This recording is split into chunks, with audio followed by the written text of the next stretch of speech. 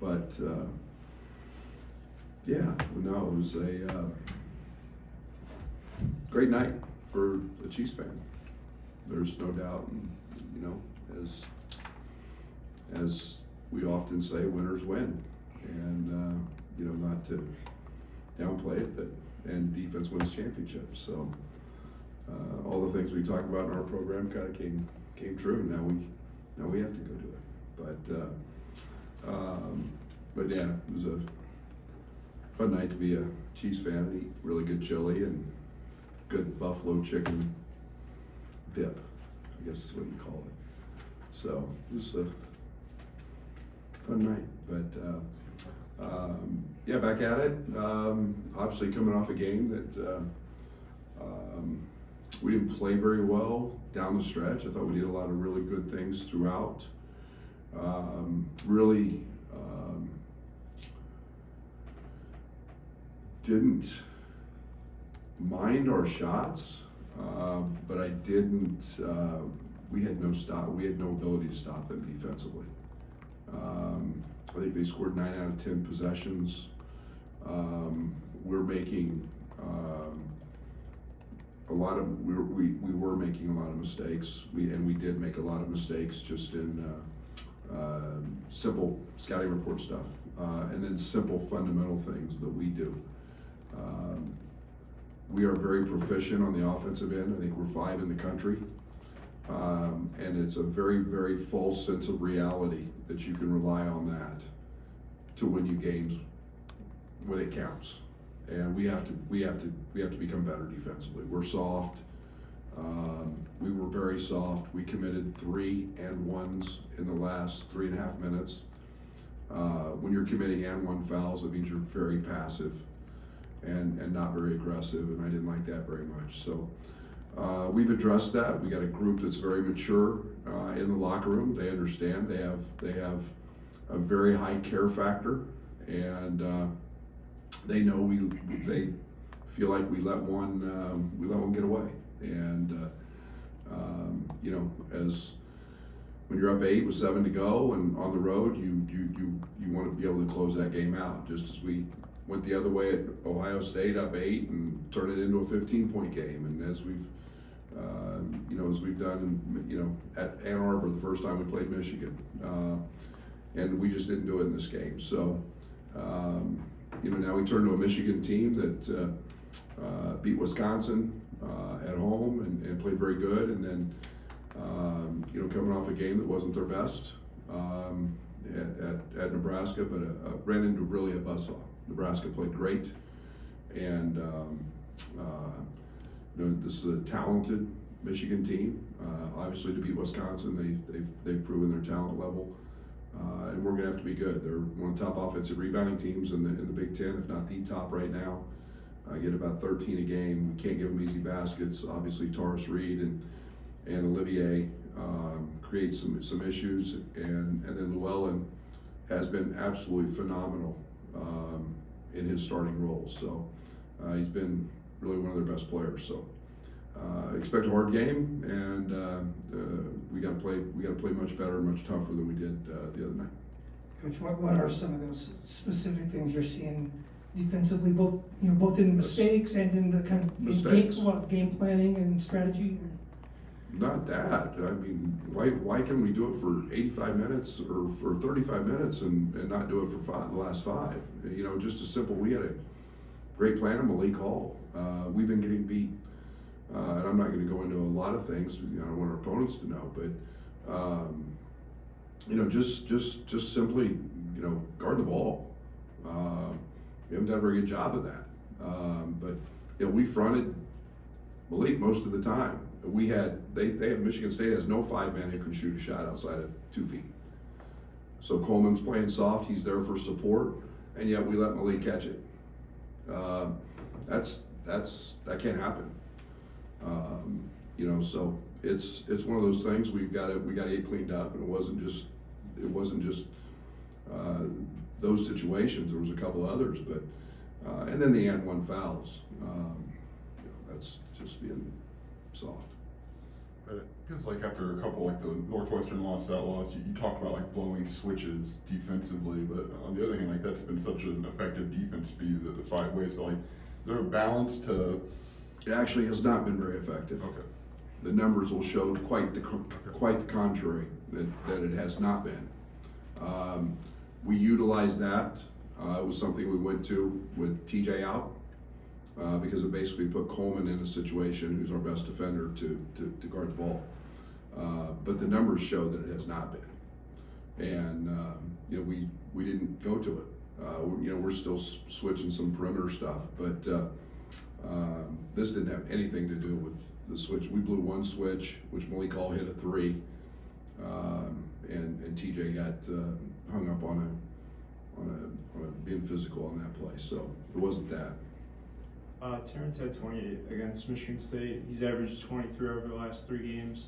What have you seen from him that's started to work again, maybe? And is it safe to say he's back up to full speed? I think he's up to full speed. I had no idea that many points. We ran 2 or 3 actions to him.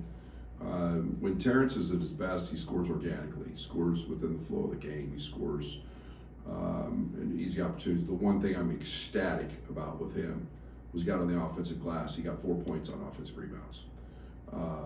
There's a whole nother level of offensive production for Terrence on the glass, and I think he was 88th going into it in Big Ten play in offensive rebounding. At 6'6", 220, that's not great. And yet you talk to him about it, and he made a pointed effort to go, and he got some easy baskets. So, but I think he's in a great place, and I think he's finding his opportunities when they're there. Anything notable about Michigan without Doug McDaniel? Llewellyn's playing great. I mean they're playing. He plays a lot of minutes. Namari Burnett's coming in, and he's kind of been a backup point guard when Llewellyn's out, and he's been really, really solid. I think that they maybe lose a little speed and quickness, but I don't see much difference. They're running the same stuff, and Llewellyn's just been a guy who's fit right in and really hasn't missed a beat, in my opinion. You mentioned maybe having a false sense of reality with a top 5 offense. Have you seen that seeping in defensively? Where Marcus said something Saturday where they get caught up and they're trying to execute an offense and maybe don't do that enough defensively. Yeah, and I think I have to watch for that, and trying to make offensive substitutions to keep spacing and to keep guys in position so that we can stay effective, and maybe I have to shift a little bit and be more conscious defensively. We have guys who can guard multiple positions. I think we were as high as 7. I think we're 9 maybe one time defensively. We're 40 now. It's not like we're horrible, but it's again we've got to create a desire when the game's on the line to get stops, and we have to do that. What was the message to Luke? It seemed like late in the game he was getting frustrated defensively about what he was being asked to do or not being able to do. Yeah, I got to help him. We got to create. Everybody's trying to put him in situations and isolations, and we got to try to help that. We need him offensively. He's very good. It's not just him, but everybody's physically gives up some size when he's guarding 4s, and I got to do a better job of trying to help him and put him in situations to be successful. Coach, seems like how coaches elect to guard ball screens is having a huge effect on games all around the conference and the country. And what does the analytics tell you as far as what's most effective and what's not? We're 1 or 2 in the Big Ten in ball screen coverage. We're very, very good in that. That is one of the things that we have been very good at in our time here. It's why we do it. It's why we play it the way we play it. We've maybe not seen as much of them, outside of Northwestern as we've seen. Nebraska doesn't ball screen hardly at all. And to be honest, Michigan State doesn't either. There's very few of them in those games, but you know, it's every game's got its own identity. Every coverage is different. You know, we're able to do some things with Coleman that a lot of teams can't, but yet it's one of the things we've been really good at. I think we're 18th in the country maybe in our ball screen defense. So I think one of the analytics we feel great about. Obviously, in your last matchup in Ann Arbor, Coleman had a big impact defensively. I know he's, if not your best defender, one of your best. Is it possible to ask more out of him on that end of the floor? Yeah, than you are? absolutely. You know, you guys know me by now. I'm never satisfied. There's always another place to get to, and you know, Coleman's value is not just what he does physically. It's the mental, his ability to make the calls, his ability to help the perimeter defenders. He knows the perfect time to make ball screen calls so that they can adjust. That's an art to that. You know, that's not an easy thing to do. He knows exactly when to help. He's very, very good at that.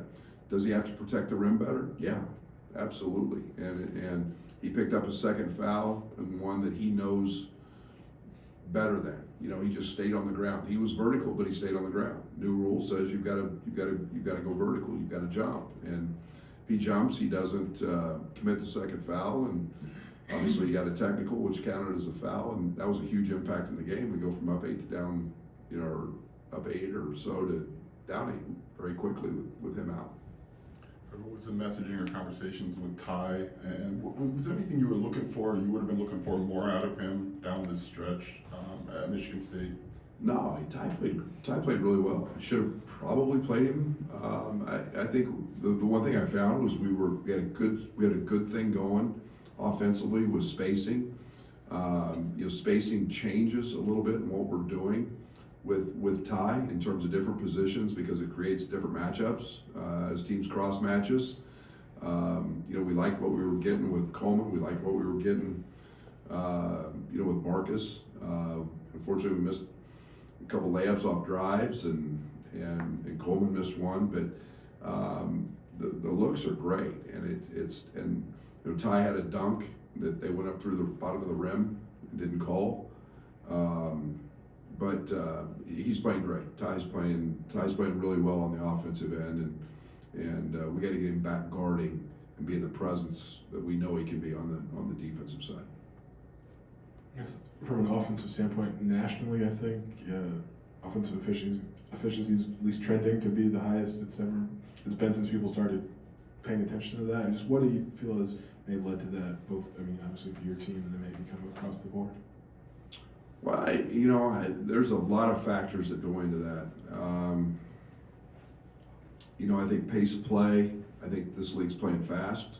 I think this league's a good free throw shooting team for the league. I think we've shown that. I think offensive rebounding all plays into it. There's so many factors that go into offensive efficiency, and you know, I think we've seen officiating and the rules that we have today impact that with the charge block and some of the fouls. But you know, I think we got a group of coaches who understand offense and what you know, the game's ultimately trending toward the NBA game. No matter what we want to think, I would wish we played by their rules instead of the ones we have. But yeah, it's a challenge to stop people sometimes, and I think we've got some of the best guards in this league that we've had in some time as well, from top to bottom. I think everybody's guard play's been really, really good. A lot of possession games late. What are some of those late game points that you've made to your team, and you know how to close games out Which one? What game? Nebraska, Michigan State. So what about Ohio State? What about we close those out? I mean, if you're going to nitpick on one or two, then nitpick on the good ones too. You know, talk about those, because you want to make a story. We turn the ball over. Look at the shots we get. Go back and pull the film. I'd be glad to go over the film with you. What shot didn't you like? We turned it over twice. We didn't lose the Nebraska game. You know, we're 5th in the country in offense. I'm not gonna find a problem with offense. We didn't lose the game because we turned the ball over. We lost the ball because we didn't stop them 9 out of 10 possessions. Brad, 2 out of 3 of the rematch games this season have gone direction of the opposing team. Is there something that makes playing or coaching in a rematch game difficult when you've won the first game of that season series? Every game's got its own identity, I think. Everything's, home courts. I mean, was there a better environment than East Lansing? That might be the best environment I've been in since maybe Maryland. Best environment I've been in since I've been in the league. That place was electric. Emotions. It was their reunion game. They've got all their big guys there, and then Michigan is a different deal. I think it's just really hard. You got to be really good to go win on the road. You've got to match the emotion, match the intensity. And that's what makes this league so good. There's no day off. You're not finding a bottom 250 team anywhere in this league. You're finding a team that's really, really good with really good players and really good coaches and environments that are just electric. And we've got to match that on. We've got to find a way on Tuesday, 6 o'clock to be great. They'll be amped because they lost, and teams always seem to play with a little better edge when they've got a loss. What'd you like about Coleman in that booty ball role, and what can that do for you guys long-term, big picture? Well, I think it's the first time we've really taken advantage of smaller guards on him, and teams want to put bigs on Ty, or they cross-matched like they did. They put Sissoko on Quincy, and then Malik on Marcus to try to put size on him. Then we just found the option, and Coleman was really, really effective in there. His ability to pass, he had a really bad turnover, which he can't make, on a no-look pass, which was he understands. But his effectiveness down there is, we want him to get fouled more. I want him to get fouled down there. But he's a really good ball handler in terms of being able to play in those spaces, and then he's got great feet. So, and then he shot a little fadeaway where he can just jump over people. So it's been a nice thing to have. He's worked really hard at that. Amani has been listed as questionable on the last few availability reports. Where does he kind of stand in terms of being available? Yeah, we're trying to get Amani back 100%. The back thing, he came back, he started practicing, he played, and then all of a sudden it just went back. The back's a tricky thing. He was partially around yesterday in practice, but not doing anything live or full. And we'll see maybe if that expands a little bit today. We'll see. But yeah, we want to get him 100% because we don't want just back for a game and then out for another 5. We want this thing to be healed.